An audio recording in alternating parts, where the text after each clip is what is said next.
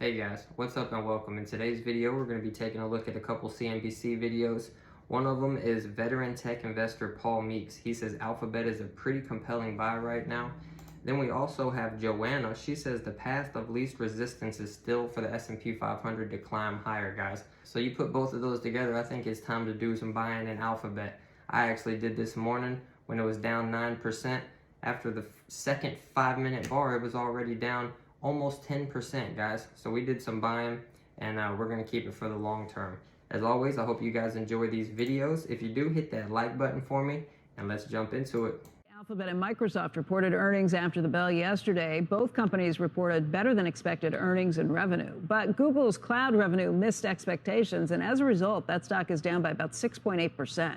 Joining us right now is Paul Meeks. He's a veteran tech investor and professor at the Baker School of Business at the Citadel in Charleston. And Paul, let's dig through these numbers.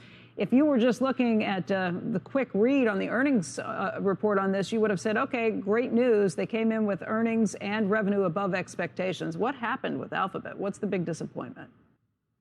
Well, you hit the nail on the head. They were expected to deliver $8.6 billion in Google Cloud revenue, and they came in with $8.4 billion. Now, they don't give guidance, so this was a Wall Street estimate calculated by Wall Street. The $8.4 billion is still 22% growth, and even though Microsoft, with its cloud business, Azure, grew 29%, so they gained some share, it's still pretty robust growth by Google. And I actually think that the reaction today, down 7%, on a miss that was about $20 million on an over $8 billion number, is a gross overreaction. Yeah, that's laughable, guys. 20 million on 8 billion. If you guys can't tell, this video was obviously taken this morning before the markets open, because this is down a lot more than 6%, and Microsoft is barely holding on to almost 2%. I think Alphabet's a pretty compelling buy right now, today.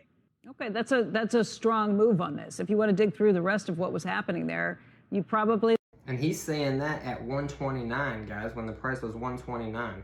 You can get it for 125 right now. Liked a lot of what you saw when it came to advertising and some of the other areas where they've operated pretty well. What did you think digging through the rest of the numbers for Alphabet? So digging through the rest of the numbers, and I was on the quarterly webcast live, everything looked pretty good. And of course, this company, until further notice, is going to be driven by the digital ad market. And that accelerated in all kind of sub-segments within that. And so I'm pretty pleased. Joe said the right thing at the beginning of the segment, that nothing looks good, including Google, other tech stocks, and maybe even generally other stocks in overall, technicals look pretty poor. So do you rush in and buy Google aggressively? I'd actually buy it. Today, the stock's going to break through its 50-day moving average, which is 134. We'll open at 129. I think that you buy a little bit and maybe scale into Alphabet in that range of 125 to 115, more for technical reasons, not because we've had a poor inflection in fundamentals with that cloud business. I think they're 115 is quite a ways away, guys, even after this 9 or 10% drop. I do think Alphabet looks compelling as well on this drop, guys. Most of their money is going to be coming from digital advertising. And what do we have? We have the Olympics coming up, a lot of digital advertising. We have the elections coming up, a lot of digital advertising. We have all of this bad news that has to keep getting shown across the world. Everything is basically digital advertising. It doesn't stop in a recession. It doesn't stop in a slowdown. It doesn't stop no matter what. Any question you have, you get on Google and you Google it. Google results are king, and they're going to keep being the AI leader.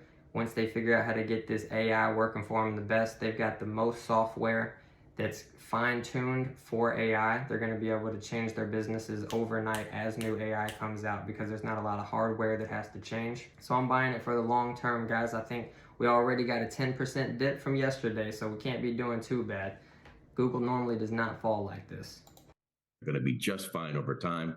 I don't think this is really that relevant. Let's talk a little more about the technical issues. What concerns you? Where do you think we're headed? Yeah, unfortunately, we've had a nasty breakthrough to the 50-day moving average, and it'll be on some pretty high volume this morning. So that looks pretty bad. We've been in this range above the 50-day support ever since very early 2023.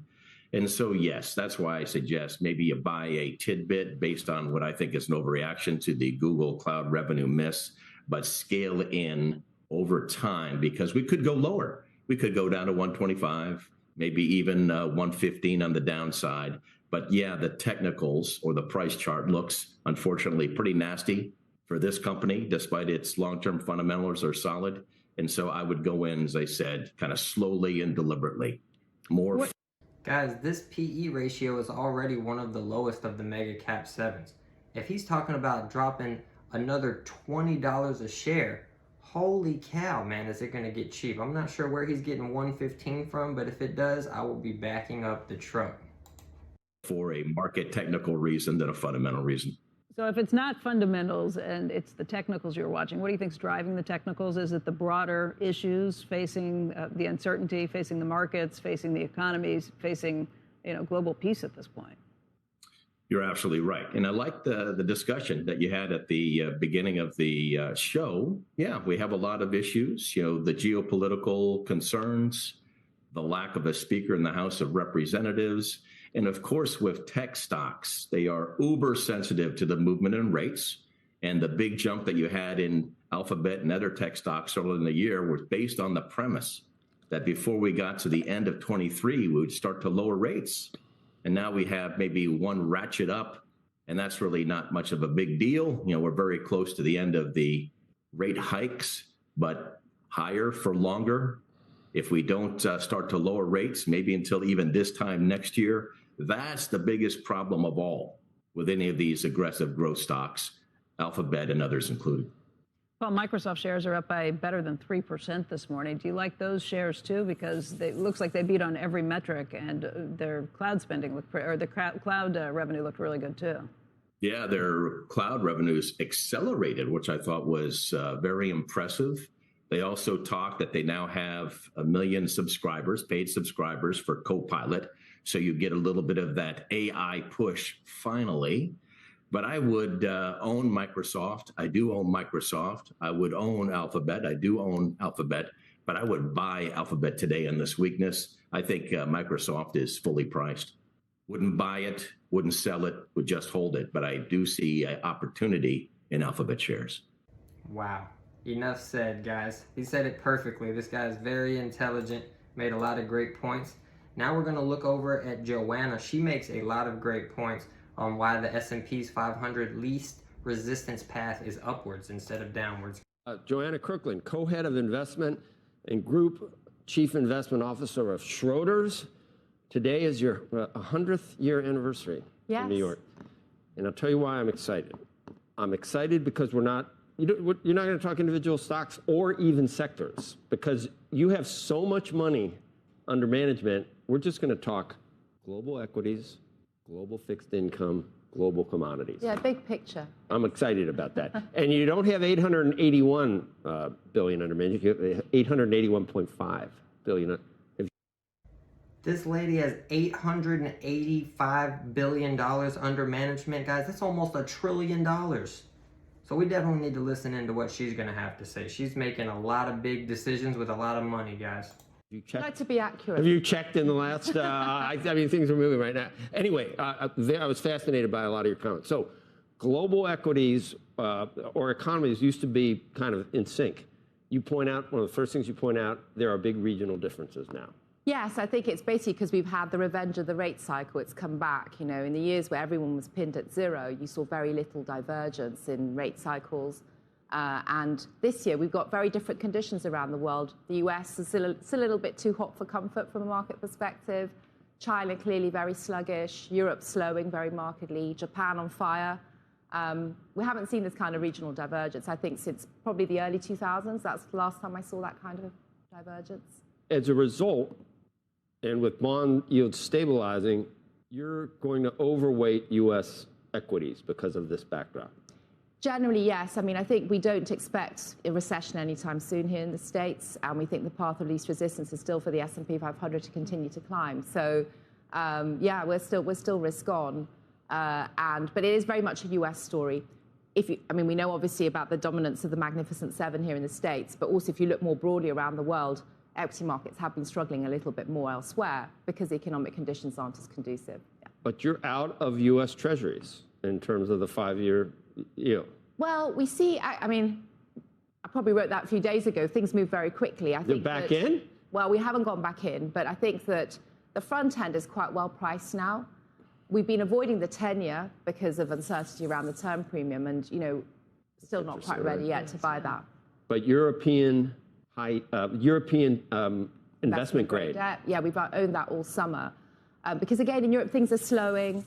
Actually, the investment grade market there is very high quality. You get a yield. The key is we need to beat cash somehow, right? That's the race that we're facing right now. And so we're looking for opportunities to do that. Yeah. But in Europe, European investment grade will beat cash. And again, I mean, even high yield in the States, we still like for now. You do? Yes. Because no hard landing. Because no hard landing. You have to beat cash. That's the name of the game, guys, or you're losing money to inflation. Every day in this country, our dollars are worth less and less and less. It's pretty crazy. That's why stocks are so important. You have to have something fighting against the deflation. How often do you go to your conservative clients and say, we really like commodities? You like commodities? Well, it's funny. For the last decade, and we've been talking very much about a kind of regime shift in markets. For the last decade, we didn't touch commodities. Well, commodities are the best thing to hedge against inflation. The same things that are going to go up in price, you get to make the money on the stock of the commodity that's going up in price. With the barge pole. But actually, it's really since 2020, we have been allocating more to commodities because, again, you have sort of a bit of deglobalization going on, geopolitical tension. People keep asking me, what do you own for that? I'm like, well, commodities are a good hedge against that, if that's what you're worried about. Inflationary pressures. So we keep, and again, the curves impact backwardation in many cases. What kind of commodities? I mean, do you look at copper? Do you look at the metals? Do you look at oil? So over the summer, we were focused very much on agriculture and energy. Okay. We were avoiding the metals because of what's going on in China. But as we've entered this quarter, we've gone fairly broad. Because actually, although we don't expect a rapid reacceleration in China, and I think, ongoing discussion of fiscal support, it reminds me a little bit of Japan in the 1990s. We're always hoping for a fiscal package then. But equally, pessimism is a bit overdone now, I think, on China. We're seeing an improvement in Asian exports. And so actually now we're happy with the border exposure. The grains, though, how much of that is just a play on the war in Ukraine? Well, I mean, if you look over time, agriculture is highly diversifying. It's correlated with the weather, actually, more than anything else. So in that sense, it's diversifying exposure. But yes, it does give us also a hedge against what's going on in Ukraine. You like gold? Gold's still a little bit early because we see gold as a play on real yields. So it's linked to the view on bonds more broadly. But again, every day that passes, we're getting closer probably to buying bonds. I mean, with this kind of volatility. You're getting closer to buying bonds. In the sense that as they reprice, they get more interesting. So we think gold could be very interesting as we move into the first quarter. It's just a little bit early still. I think this is a great broad overview that we're getting from Johanna. Someone who looks at all of the markets, not just the U.S. economy. Someone who's managing almost $1 trillion, guys.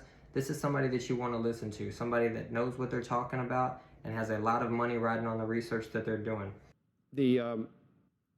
When you're looking all around the world, do you have a different view of how central banks have performed in this environment? Who's done really well? Have they all been crappy or? No, actually, I think they've been getting a bad rep. I mean, I think they've been dealt a very difficult set of cards. I think the Fed actually has been very clear for 2 years that they were raising rates and they're worried about inflation, and the market kept ignoring them and trying to price a pivot. But that's fair. That is fair. Actually, I think they've done a good job. I think that, in Europe, again, the ECB maintains quite a lot of credibility. Bank of England has a complicated set of circumstances. So maybe, it's a little more unpredictable there, I would say. I don't want to be too negative about my home central bank. It was interesting because Jamie Dimon just said yesterday, I think at the FI conference the day before, he said those forecasts haven't been right in years. But to be honest, all economic forecasts have been pretty rubbish this year. Everyone was expecting a recession. I actually think if you look at what they've done on rates, they've been right. And again, it's just the markets kept trying to say, oh no, they're going to back down, they're going to back down. They've been right not to. We'll use that on you. The rubbish? Yeah. I like that term too. That's really Andrew, that's rubbish. Just get ready for that. That's really good. You sound so nice while you're saying everybody's forecasts are terrible. Can you use the word? We can use the word rubbish in a U.S. show. If you were in the UK, could you use that on TV? No, I know a word you Yes, can't it's not a use. rude word. I'm not going to use it. It begins with a B. Yeah. Yeah, No? right. Just, No, that you can't use. all right, hold your tongue. I have a I'm PG. You're I- PG. I- Okay, good. final question for you. Snap, bad revenue outlook. Do you like the stock? Answer the question. No, I'm kidding. I'm going to shine a light at you. No, you're not a. No, it's in a U.S. tech. Yeah, you don't want to know. Yeah, we like big. I like big picture sometimes. Sometimes I don't like trying to micro. Well, and I think that's been the story of the last 2 years, was actually stepping back and recognizing we were moving to a new range for yields and for rates, and that maybe something was shifting. That was a really interesting video, guys. I'll say it again, I do like to step back sometimes and see the broad overview. I'm glad she brought in some perspective from looking at the whole world economy, and she touched on a little of everything. I hope you guys enjoyed this video. If you did, hit that like button. I'll catch you in the next one, guys. Peace.